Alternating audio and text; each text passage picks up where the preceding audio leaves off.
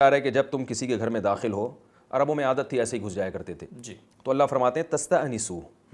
انس پیدا کرو، یعنی اصل میں تو بتانے تھا کہ اجازت لو، لیکن اس کے لیے انسیت کا لفظ استعمال کیا، یعنی اجازت کا وہ طریقہ ہونا چاہیے کہ اندر شخص کو تمہاری وحشت ختم ہو جائے. جی اجنبی انسان سے انسان کو وحشت ہوتی ہے تو اتنا تعارف ہو جائے کہ اس کو پتا ہو کہ کون آیا ہے، کیوں آیا ہے، یہ وحشت دور ہو جائے. اس کے بعد پھر وہ آپ کو اجازت دے تو ٹھیک ہے، اجازت نہیں دے تو تمہیں تکلیف نہیں ہونی چاہیے کہ میں اتنا بڑا آدمی آیا اور مجھے گیٹ سے واپس کر دیا. یہ 10 مسائل ہو سکتے ہیں، ہر وقت انسان کسی سے ملنے کے لیے آمادہ. علماء نے اس کی حکمتیں بیان کی ہیں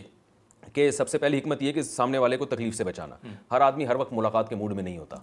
وہ نہیں چاہتا کہ میں ملاقات کروں. کسی بھی وقت کسی بھی حالت میں انسان ہو سکتا ہے، تو اس کو تکلیف سے بچانا، آپ کو بھی تکلیف سے بچانا، کیونکہ بعض دفعہ آپ ایسے گھس جائیں گے وہ ملاقات کے موڈ میں نہیں ہے تو وہ آپ کے ساتھ صحیح طرح سے بیہیو نہیں ہو سکتا، اس کا رویہ آپ کے ساتھ جو آپ جس مقصد کے لیے آئے وہ مقصد پورا نہیں ہو سکتا. تیسرا اس میں حکمت یہ ہے کہ آپ اس ممکن ہے کسی ایسی چیز پر مطلع ہو جائیں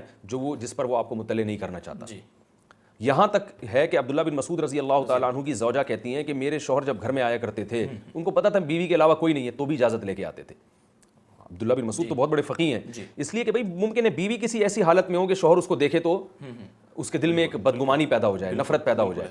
تو اس کا بھی خیال کیا گیا ہے. تو جب زوجہ کے بارے میں یہ ہے تو اجنبی کے بارے میں تو اور زیادہ احتیاط کا حکم ہے. تو یہ ایک حکمت ہے کہ آپ اس کی کسی ایسی چیز پر مطلع نہ ہو جس میں کوئی گناہ ہو. اور چوتھی بات یہ ہے کہ گناہ نہ بھی ہو تو بھی بسا اوقات ایسا ہو سکتا ہے کہ وہ یعنی کوئی بھی ایسی چیز ہے جو وہ آپ سے چھپانا چاہ رہا تھا، راز کی بات ہے،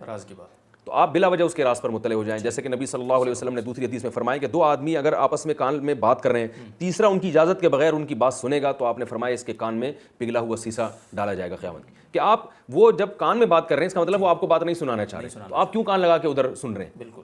کیوں ان کی پرائیویسی میں دخل اندازی کر رہے ہیں، کیوں ان کے راز پر مطلع ہو رہے ہیں؟ تو راز پر مطلع ہونا کسی کی اجازت کے بغیر یہ بھی ایک بہت بڑا جرم ہے. ہاں اس میں ایک حکمت ہو